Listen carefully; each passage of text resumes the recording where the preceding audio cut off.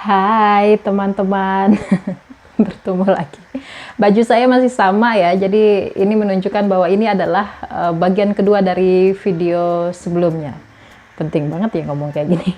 Ya, jadi maksudnya kalau teman-teman sudah melihat video atau segmen episode sebelumnya dari segmen belajar mengajar di YouTube saya, teman-teman pasti tahu bahwa sebelumnya video saya itu membahas tentang SKL BIPA. Itu bagian pertama dan sekarang bagian kedua. Saya hari ini akan melanjutkan penjelasan tentang SKL BIPA ya. Untuk teman-teman yang belum menyimak penjelasan sebelumnya, silahkan tonton video tentang SKL BIPA bagian pertama ada di sini ya. Tinggal klik saja yang ini di bagian ini ya. Jadi supaya nanti nyambung dengan penjelasan yang akan saya sampaikan sekarang. Oke, baik. Jadi kali ini yang akan kita bahas adalah tentang apa saja yang diuraikan dalam SKL BIPA, atau bisa dikatakan apa saja bagian-bagian yang terdapat dalam SKL BIPA atau Standar Kompetensi Lulusan BIPA, ya. Seperti yang sudah saya jelaskan di video sebelumnya, bahwa di dalam SKL BIPA ini terdapat 7 jenjang kemahiran ya, atau 7 level begitu, yaitu adalah BIPA 1, BIPA 2, BIPA 3 sampai dengan BIPA 7. Dan seperti yang sudah saya jelaskan juga bahwa BIPA 1 di SKL BIPA itu setara dengan CFR A1 yang merupakan salah satu rujukan penyusunan SKL BIPA. Dan tetapi perbedaannya ada di level BIPA 5, yaitu BIPA 5 ini setara dengan C1 bawahnya CFR ya, dan level atau BIPA 6-nya di SKL BIPA itu setara dengan C1 atas dan C2 bawah di level atau di CFR, dan di BIPA 7 SKL itu setara dengan level atau jenjang C2 di atau C2 atas di CFR, begitu ya. Baik, lebih lengkapnya lagi ada di video yang pertama. Nah, kemudian apa saja yang diuraikan dalam SKL BIPA itu? Yang pertama ada unit kompetensi, ya. Dan yang kedua ada elemen kompetensi, dan yang terakhir ada indikator kompetensi. Kita akan bahas satu persatu.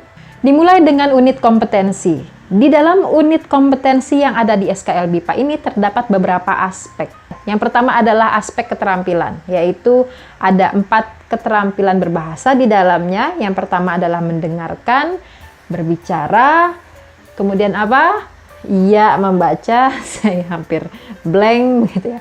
Membaca, kemudian yang terakhir adalah menulis. Jadi ada 4 kemahiran berbahasa yang merupakan aspek kebahasaan dari unit kompetensi yang terdapat dalam SKL BIPA tersebut.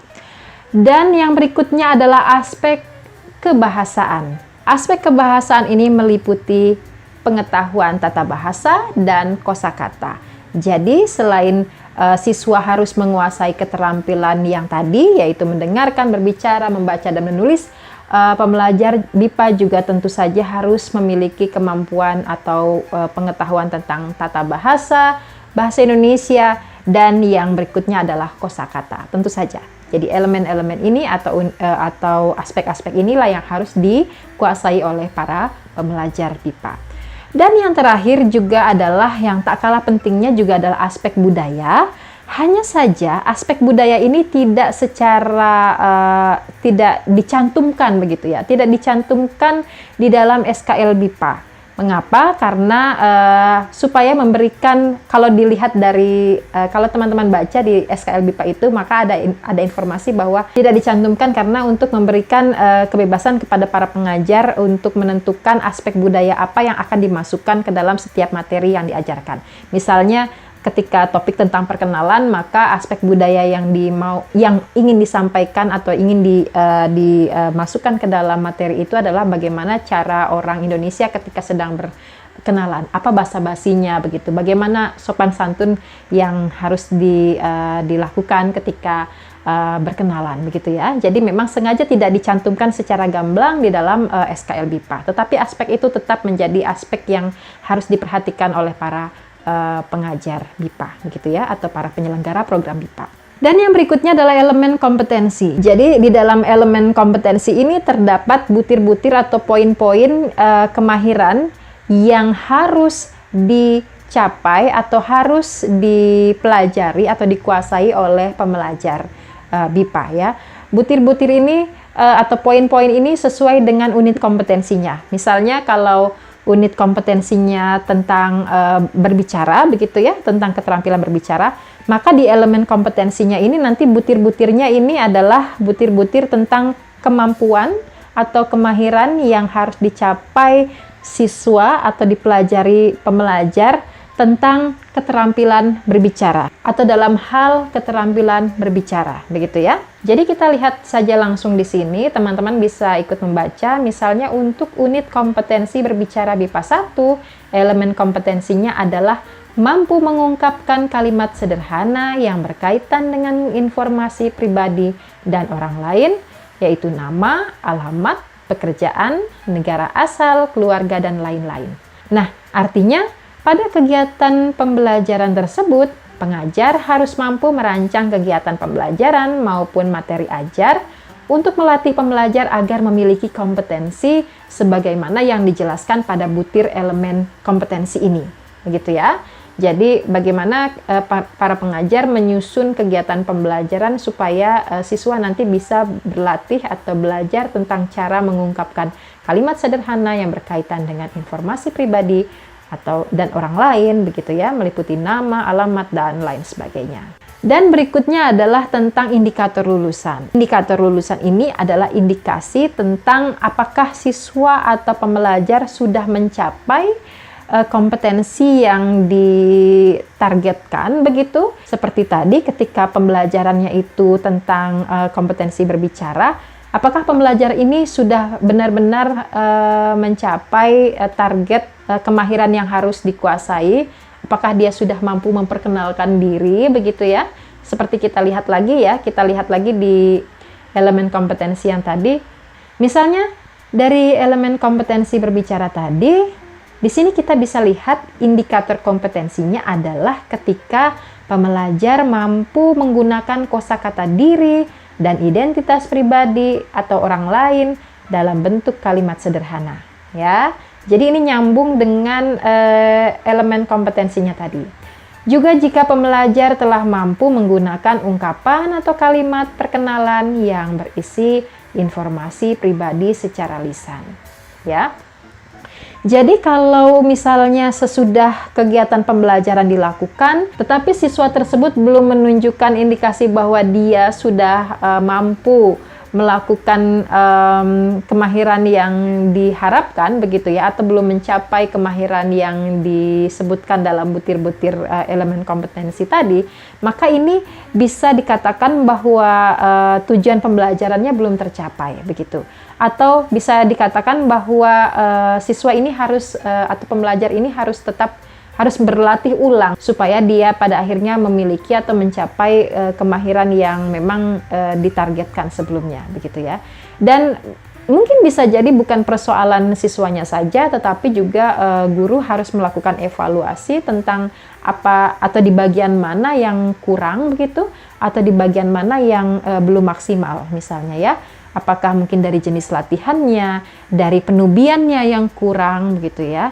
Jadi ada banyak hal yang sebenarnya bisa memengaruhi mengapa si pembelajar ini belum mencapai kemahiran yang ditargetkan, begitu, atau yang sesuai dengan elemen kompetensi dalam SKL, begitu ya.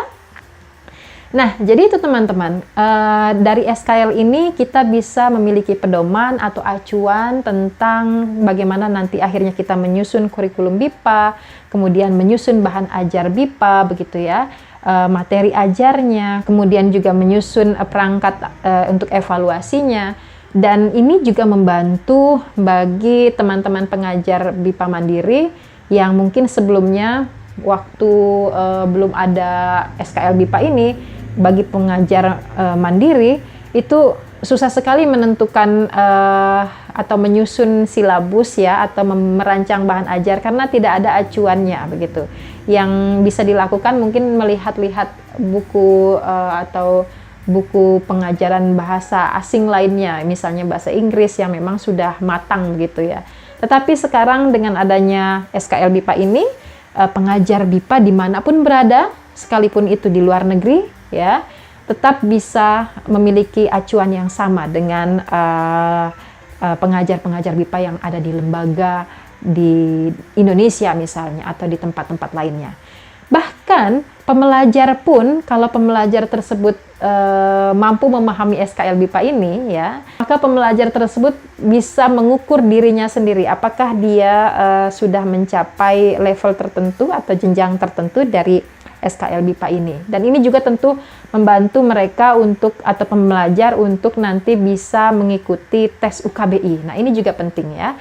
Jadi nanti pembelajar tersebut juga bisa setidaknya mengukur dirinya, kira-kira kalau saya sudah belajar di jenjang BIPA 1 atau di jenjang tertentu sesuai SKL, ketika saya nanti ikut UKBI begitu ya, saya kira-kira akan mendapatkan skor berapa begitu, atau saya nanti akan ada di level atau jenjang apa begitu ya.